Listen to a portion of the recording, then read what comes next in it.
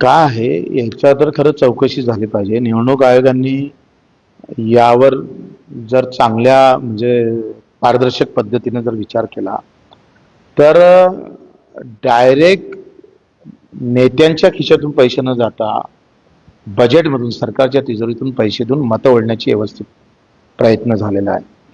म्हणजे ही स्कीम लाडक्या बहिणीसाठी नव्हतीच, सत्तेत यासाठी होती.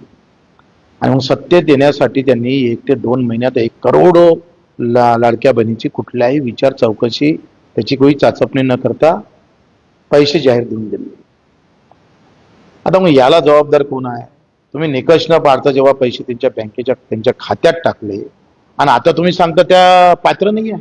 मग पैसे द्याच्या अगोदर पात्र ठरवायचं का दिल्यानंतर पात्र ठरवायचं, हा पुन्हा प्रश्न आहे. म्हणजे हा व्यवस्थित क्राईम आहे, व्यवस्थित गुन्हा केलेला आहे सरकारनं.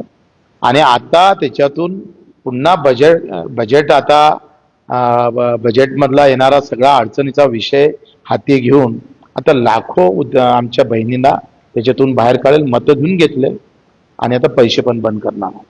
व्यवस्थित चिटिंग आहे, व्यवस्थित फसवणूक आहे.